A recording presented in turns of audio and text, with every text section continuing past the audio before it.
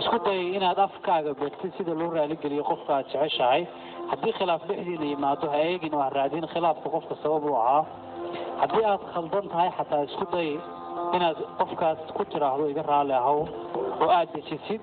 si uu qofkaasi u dareemo inaad si dhab u jeceshahay dadka qaar markaa ku tiraahdo xataa haddii lagaa khaldan yahay raali ahow dhe laakiin anoo laga khaldan yahay sidaa raali ahow qofku dhahaa markasta oo aad samaysid shay aanu qofkaasi raali ka ahayn isla markaana aad wejigiisa ka dareentid inuu kaa cadhooday isku day inaad ugu horreyn si dareen lagu tiraahdo waan khaldamay iga raali ahow maxaa yeelay waxaad dareemi doontaa wuxuu dareemi doonaa inaad tahay qof bini aadam ah oo khaldamay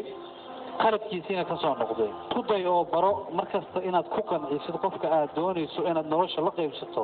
gaar ahaan waqtiga uu khalad idin dhex galo adiga oo si dareen lagu odhanaya waan khaldamay iga raali ahow ogow jacaylka dhabta ahi waa kan labada qof israali geliyaan waqtiyada adag ee noloshooda soo mara waqti kasta oo adagoo noloshiina soo mara haddii aad israali gelisaan waxaa hubaala inuu jacaylkiinaasi guulaysan doono